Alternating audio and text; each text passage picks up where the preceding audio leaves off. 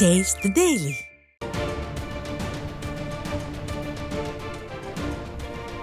தற்போது கிடைத்துள்ள அண்மை செய்தியை பார்த்து கொண்டிருக்கிறோம். கடலூர் மாவட்டம் நெய்வேலி NLC நிறுவனத்தின் 2வது அனல் மின் நிலைய விரிவாக்கத்தில் தண்ணீர் பிடிக்க சென்ற வடமாநில தொழிலாளி மீது இரும்பு ராடு தலையில் விழுந்து படுகாயமடைந்த சம்பவம் அதிர்ச்சியை ஏற்படுத்தியிருக்கிறது. இதுகுறித்த கூடுதல் தகவல்களை செய்தியாளர் தமிழர் தளபதி வழங்க கேட்கலாம். வணக்கம் தமிழர் தளபதி, வடமாநில தொழிலாளி மீது இரும்பு ராடு விழுந்தது எப்படி? விவரங்களை பதிவு செய்யலாம்.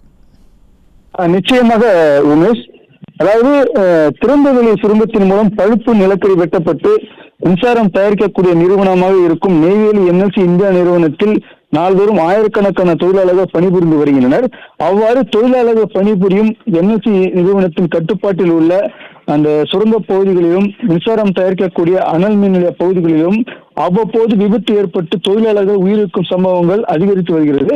அதாவது அதன் ஒரு பகுதியாக தற்போது NLC இந்தியா நிறுவனத்தின் கட்டுப்பாட்டில் உள்ள 2வது அனல் மின் நிலைய விரிவாக்கத்தில் ஒப்பந்த அடிப்படையில் பணிபுரிந்து வந்த வடமாநில தொழிலாளி ஒருவருக்கு விபத்து ஏற்பட்டு உயிருக்கு ஆபத்தான நிலையில் தற்போது மருத்துவமனையில் அனுமதிக்கப்பட்ட சம்பவம் தற்போது தொழிலாளர்கள் மத்தியில் பெரும் அதிர்ச்சியை ஏற்படுத்தி வருகிறது. குறிப்பாக கூற வேண்டும் என்றால், பீகார் மாநிலத்தை சேர்ந்த சேவாக் சாய் என்பவர் சற்று நேரத்திற்கு முன்பு தண்ணீர் பிடிப்பதற்காக கேனுடன் வந்துள்ளார். அப்போது அனல் மின் நிலையத்தின் மேல் பகுதியில் இருந்து மிகப்பெரிய இரும்பு ராடு ஒன்று கீழே விழுந்துள்ளது. அவ்வாறு அந்த இரும்பு ராடு சம்பந்தப்பட்ட அந்த வடமாநில தொழிலாளி சேவாக் சாயின் தலை மீது ஏறி உள்ளது. இதனால் இரத்த வெள்ளத்தில் மயங்கி விழுந்த வடமாநில தொழிலாளியை அக்கம் பக்கத்தினர் மீட்டு தற்போது NLC மருத்துவமனை அனுமதிக்கப்பட்டுள்ளனர்.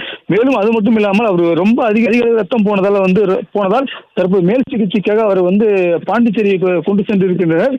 தொடர்ச்சியாக NLC இந்தியா நிறுவனத்தில் பணிபுரியும் தொழிலாளர்களுக்கு பாதுகாப்பு என்பது முற்றிலுமாக கேள்விக்குறியாக உள்ளதாகவும், தொழிலாளர்கள் மீது எவ்வித அக்கறையும் கொள்ளாமல் NLC நிறுவனம் அலட்சியமாக செயல்படுவதாகவும் தற்போது தொழிலாளர் குற்றம் சாட்டுகின்றனர். மேலும் தற்போது விபத்தில் சிக்கிய அந்த தொழிலாளியை உரிய சிகிச்சை, நவீன சிகிச்சை கொடுக்க வேண்டும் என்பதுதான் தொழிலாளர்களும் முக்கிய கோரிக்கையாக உள்ளது.